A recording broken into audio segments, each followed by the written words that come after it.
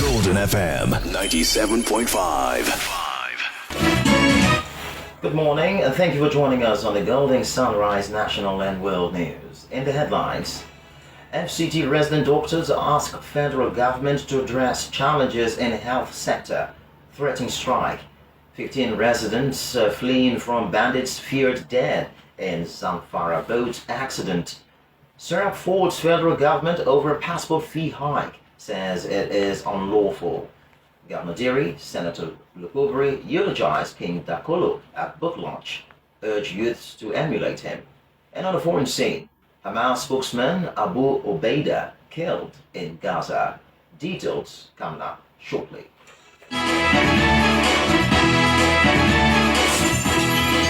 Experience Radio Perfection 97.5.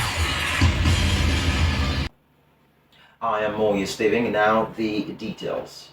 The Association of Resident Doctors Federal Capital Territory, FCT, has urged the federal government to urgently address rising challenges in the health sector, warning that continued neglect could cause systemic collapse. At the end of its third quarter ordinary general meeting OGM in Abuja, the association advised urgent intervention in areas like manpower shortages, non-functional equipment, poor working conditions, and unpaid staff allowances. Dr. George Ebong, the FCT president of the association, joined by other executive members, stressed that doctors in the FCT were under immense pressure, frequently covering multiple departments. To underscore the urgency, the association gave the FCT administration a one-week deadline to begin meaningful reforms, especially on staffing and welfare, warning of a one-week warning strike if unmet. Responding at the meeting, Dr. Adetukulabo Fasaway, Mandate Secretary for Health Services and Environment Secretariat, assured that the FCT Minister's administration remained committed to strengthening healthcare delivery across the capital. She said appointment letters for 60 house officers, 70 pharmacists, and 60 lab scientists would soon be issued. Mr. Solomon Arase, former Inspector General of Police in IGP, has passed away at Cedar Crest Hospital in Abuja. As of the time of filing this report, neither his family nor his Nigeria Police Force has issued an official statement confirming the development. Mr. Arase, who served as Nigeria's 18th Inspector General of Police, was later appointed Chairman of the Police Service Commission, PSC. Now, before becoming IGP, he headed the Criminal Intelligence and Investigation Bureau, the police force's top intelligence unit. Born on June 21, 1956, in Owan West local government area of Edo State, Mr. Arase studied political science at Ahmadu Bello University, graduating in 1980 and joined the Nigeria Police Force on December 1st, 1981. At least 15 people have reportedly died, while 3 others remain missing after a boat capsized in the Gumi local government area of Zamfara State.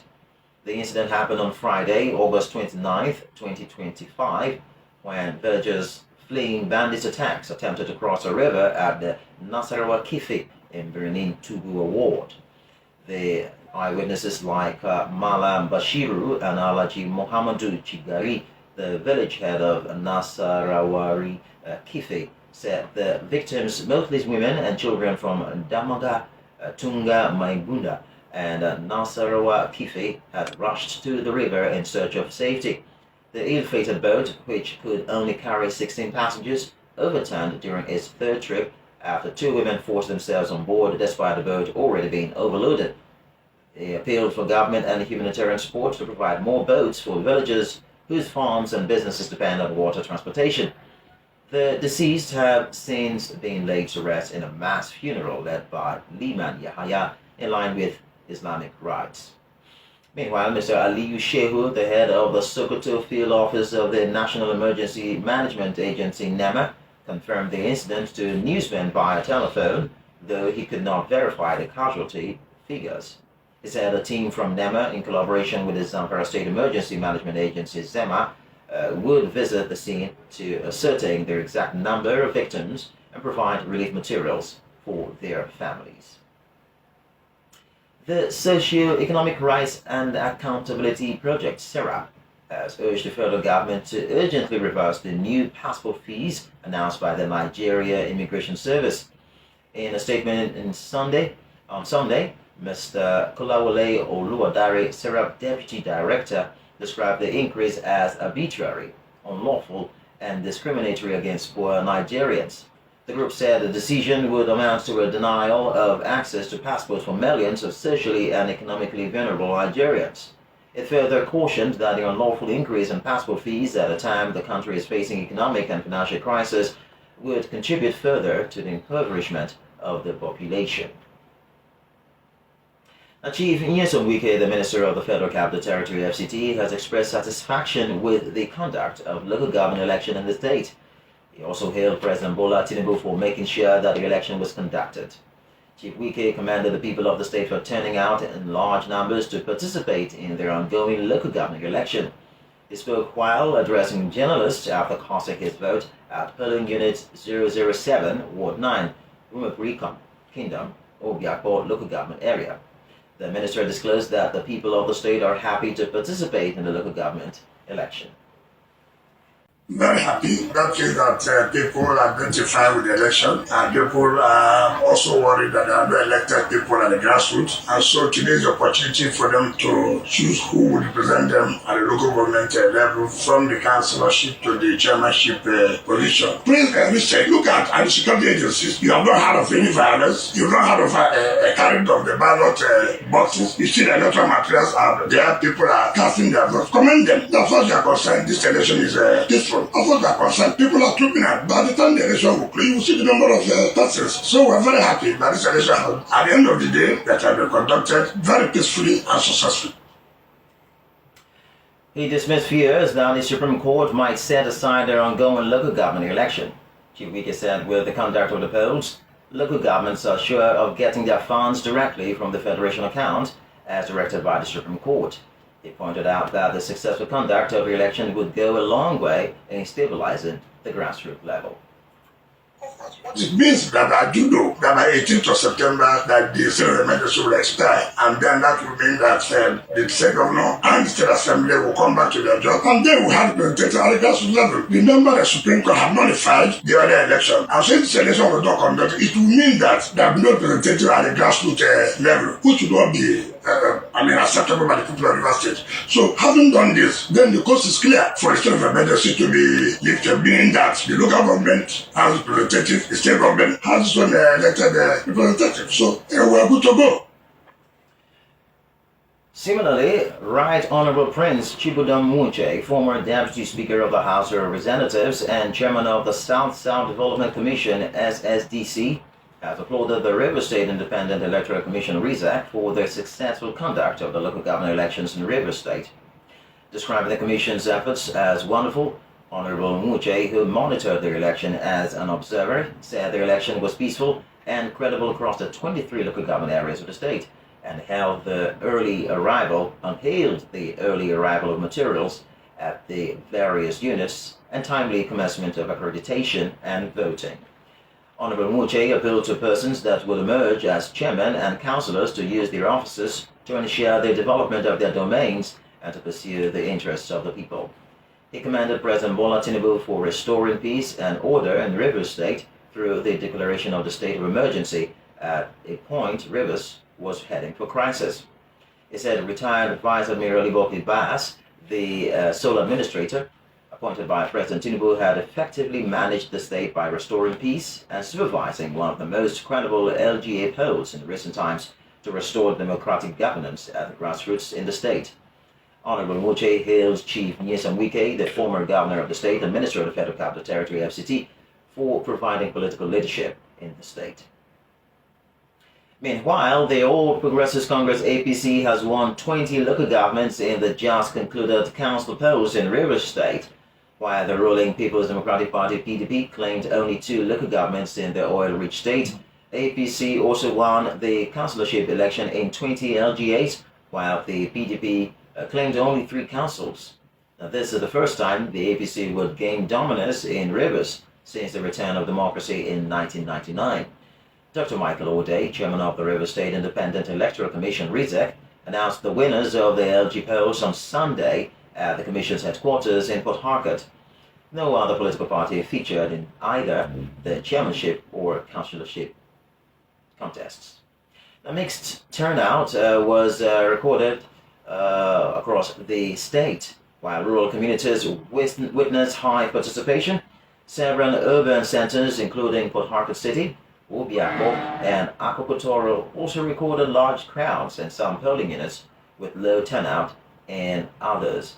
The list of winners released by RISEC shows that some of the elected chairmen are returning for a second term, having previously served under the administration of Chief Nyesom Wike, former governor of the state.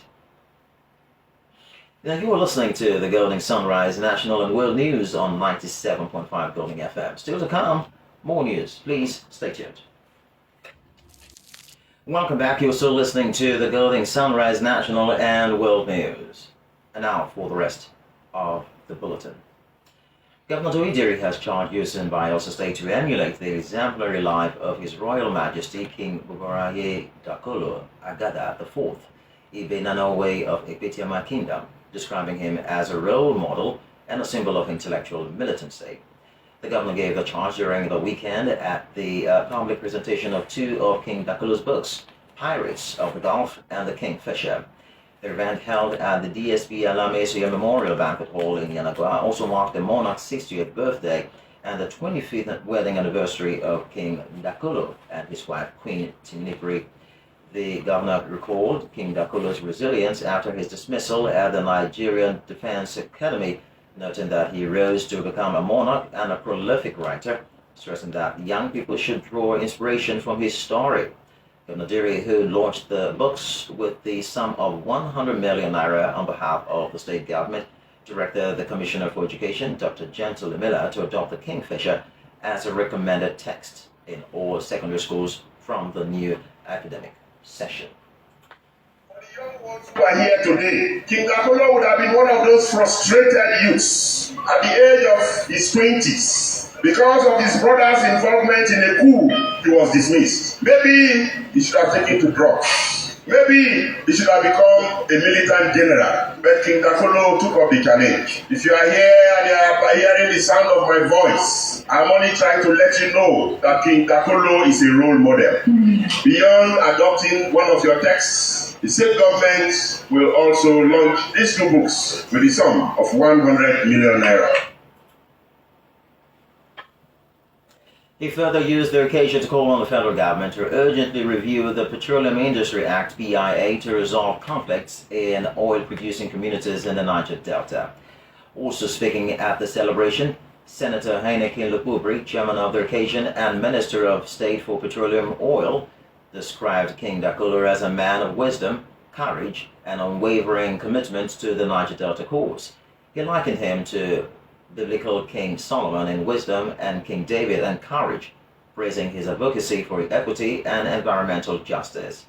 Senator Lukubri urged Niger Delta leaders to resolve disputes over host communities' trust funds so that billions of naira currently lying idle in banks can be used for meaningful development projects or developmental projects. Not just government have the responsibility. The citizens really have the responsibility. Let us stop, the bullfire business that hasn't benefited us. Let us stop pipeline vandalization that destroyed our water and land resources so that our people can continue to do what they are traditionally known to be doing. So this is an opportunity for me to talk to our leaders, our fathers, in this particular occasion to say, look, in your different jurisdictions, in your different kingdoms, it's important for us to ensure that we resolve those problems among us, allow the trust funds leaderships to work so that the money that's available there can be used for priority projects in our own areas. In his remark, Dr. Samuel Umuku, the chief launcher and managing director of NDDC, hailed King Dakolo for documenting his ideas and books, describing them as a form of intellectual agitation. He announced that the NDDC will purchase large volumes of the publications for distribution across universities in Niger Delta to reshape conversations on environmental protection and development. Is also going to reshape the thoughts of our Niger Delta agitators, because I believe agitation these days shouldn't be based on the streets, but agitation should be more of negotiation, and intellectual agitation. The best thing we can do as an agency, as an interventionist agency, we have to ensure that we also intervene in education. And intervening in education, we have to buy as many copies as possible of this book that will distribute among the universities in the Niger Delta region. Speaking with journalists after the book launch, King Dakolo calls for the review of certain sections of the PIA, stressing that the current arrangement has allowed a few powerful individuals to dominate host community trusts while sidelining the majority. He appealed to President Bola Tinubu to urgently address the issues. Will need to do that so that the people will benefit. Because today we are all having problems in this part of the world because petroleum products are not available at affordable prices for people in the riverine parts of Bayelsa State and the Niger Delta in general. So I believe that the president, who is a listening man, who has the people of the Niger Delta at heart, and who is interested in the development and improvement of Nigeria, will heed this call and do the needful. Our correspondent Brad Toko reports that the triple celebration drew dignitaries from across the country, including federal and state lawmakers, traditional rulers, and top government officials. Governor Oyedere has reiterated his commitment to the completion of the first phase of the Ekeremo-Ndoro-Age Road project in Ekeremo local government area of the state. Governor Dere gave the commitment during an on-the-spot project inspection at the ongoing construction of the road. He stated that the target is for the first phase of the road project to hit Ndoro and Peretorbene before the end of his administration. Some delays arising from the fact that my initial vision and concept was to first of all inaugurate the Sabama Ekeremo axis that has been completed, and thereafter now partner with the federal government to ensure that we take the road further down to Age, where we thought we'll be able to hit before the end of our government. Unfortunately, we have not been able to even inaugurate the one that we have completed. We had from the previous administration, and we thought that rather than waiting, we should start something, and that's why we have started this bit of it. And our first phase target is that of Ndoro and Peretorbene. And so if we're able to achieve that in the remaining life of this administration, we are very sure that whoever that is coming next will complete the rest for us. The Bayelsa State Chief Executive said that the project work is encouraging, but urged the contractors to expedite action. I've seen so far is encouraging, but I will direct the Minister of Works to expedite further action, both the company that is doing the dredging work and the company that will do the construction itself. So they have to expedite action to ensure that our timelines are met. On his part, Estate Surveyor Moses Tebaway, the State Commissioner for Works and Infrastructure, said construction of the first 80 meters bridge of the road would commence from next month, adding that it has a duration of 2 years of completion. From next month, we have one is the shortest one. The Peretoro road is longer than this one. That is about 50 meters. This one is about, we're taking it about 80 meters. We gave them 2 years as a comment because there was delay in the award of the contract. After the approval, we'll meet up 2 years, we'll drive to Ndoro. Also, engineer Kazim Ajala, whose company has a task of sand filling the road project from Ekeremo to Ndoro, said they are tripling the spread in ensuring that they meet up with the schedule of completion by April 2026. Tripling our spreads to ensure that we can meet the schedule, and based on our schedule and the timing, we believe that by April 2026 the sand filling should be done. Yes, to Ndoro, all to Peretoro inclusive. Up to date, from 00 to where the sand filling and stop is about 4 kilometers, while the clearing and bond walling is about kilometer 6. The height of sand filling is about 2 point something meters. because we remove overburden of about 1 meter, and then the above the ground level we are another 1 point something meters above the ground level. So there is no kind of high flood or whatever flood that can come and climb this road. With the support of the governor, I know that funding is not an issue. We really don't have any problem apart from little community things here and there which are being handled by the ministry. Correspondent Isaac Ayedo there reports that the governor was accompanied by Mr. Irurodamie Komonibo, Deputy Chief of Staff, Government House, Honorable Isaac Moye, Chairman of the Kirima Local Government Area, and other top government officials. Now on the foreign scene, Abu Obeida, the spokesman for Hamas armed wing, has been killed in an airstrike in Gaza City.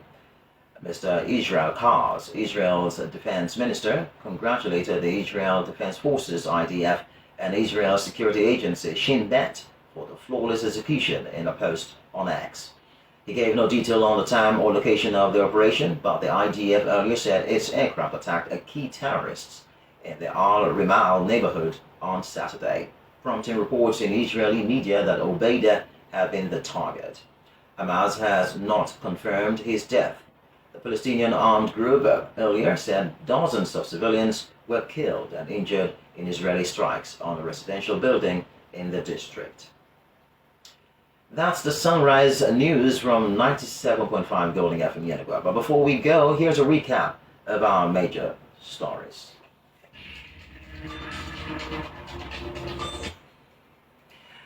FCT resident doctors have asked the federal government to address challenges in the health sector and threatened strike. 15 residents fleeing from bandits have died in Zamfara boat accident. Serap has faulted the federal government over a passport fee hike, saying it is unlawful. Governor Doye, Senator Heineken Lukubari have eulogized King Bubaraye Dakolo at his book launch and urged youths to emulate him. On the foreign scene, Hamas spokesman Abu Obeida has been killed in Gaza. That was the Sunrise News. For news stories, comments, and observations, please send us an email at gmail.com. You can also follow us on Facebook, Instagram, X, YouTube, and TikTok on 97.5 Golden FM Yenagua. The news was edited by Isaac Iyedode, and I am Moye Steven. Good morning, and thanks for listening. Golden FM 97.5.